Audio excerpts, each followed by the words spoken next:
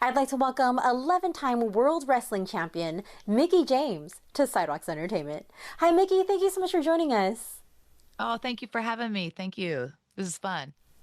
So, you've been wrestling long before your 11 World Wrestling Championships and long before WWE. When was it that you first got into wrestling, and how did you start your career as a professional wrestler? Oh, wow. I grew up a wrestling fan. I used to watch it with my dad on the weekends, when I would go visit him and with my grandfather at the time. So that kind of that whole my granddaddy way back when I debuted was a little bit, I wasn't embellishing. That's how I kind of fell in love with the world of wrestling. And obviously it was much different then, I think, than, obviously now.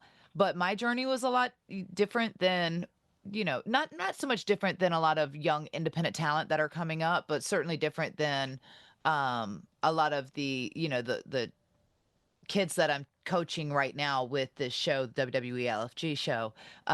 Because a lot of these guys are collegiate athletes, but I fell in love with wrestling and I found a school. I grew up outside of Richmond in Montpelier, Virginia. And I found a school that was in the DC area. So I would drive um 2 hours, I say, like twice a week to go train at the school. And it was actually in the back of a jujitsu center. So it wasn't even a wrestling ring that I learned how to first take my first falls and hit the ropes or any of that. And then about a year and a half in of just kind of training there and doing small shows in front of 20, 50 people. I transferred schools to then Baltimore and trained there for another year and a half. And it really there is where I started to make real strides.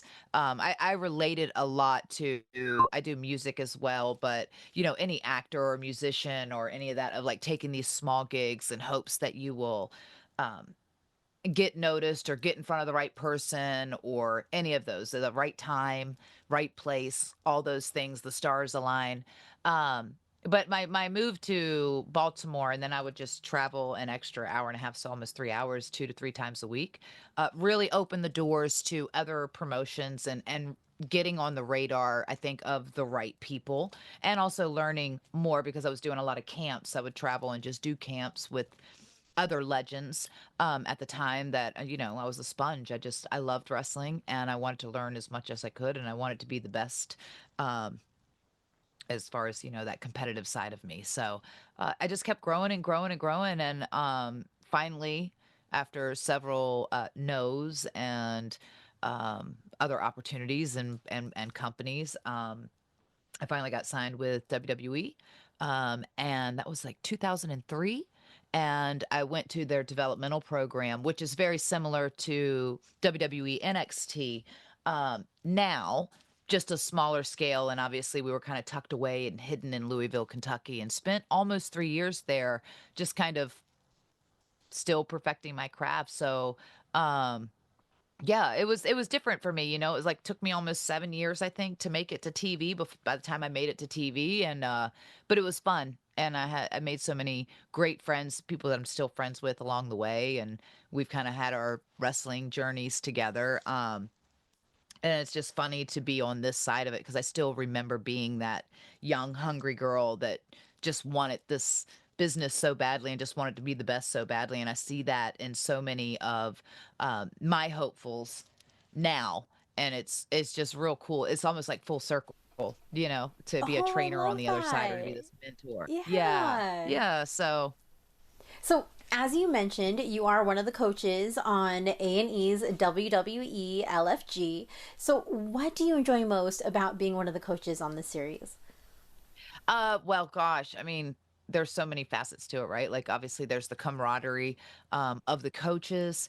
It's getting to know all of those guys on a whole different level because I've only known them as the sports entertainer and the wrestler. I've not really known them on this other side, and to gain that respect, I think, from them and to be seen on an equal platform is really uh cool for me, but also really humbling in the sense that I'm still learning and I can learn underneath of them in a different way in this whole kind of new world. But also with with the trainees and with the hopefuls, to be able to relate with them, it does make me go back in time and remember myself, a young, hungry Mickie James, Alexis Lurie at the time, just scratching and clawing and just trying to learn as much as I can and just trying to figure out what it is that's going to set me apart and make me different, and um, learn how to captivate an audience and speak to them on not just like a verb, but on an emotional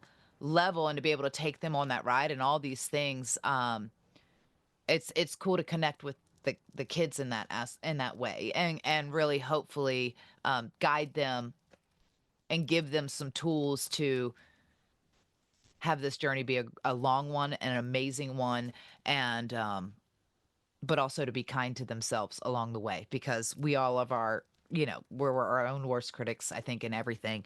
And it's really easy to be hard on yourself on a day-to-day basis when you're feeling like you're not good enough. But if you could just kind of like be grateful for these like little strides that you're making every day, um, it kind of keeps you in that positive space, of the learning process. So earlier you spoke of having developed friendships throughout your career and other coaches in WWE LFG. Some of those longtime friends that you were talking about? Um, I would say we're all friends. I wouldn't hanging out with them, or Bubba Ray is probably the closest that I know, but because I've worked with him and along this wrestling world, in different companies and different radio shows and different things like that.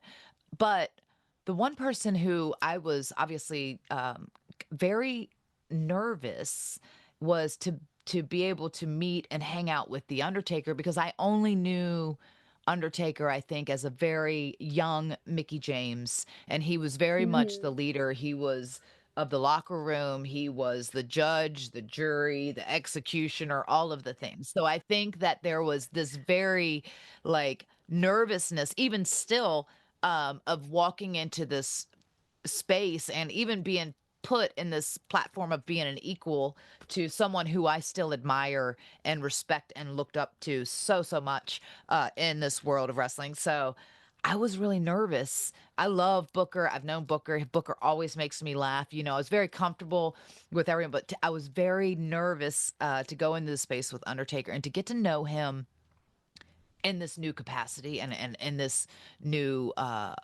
area, because he's never really coached anyone either. But Mm-hmm.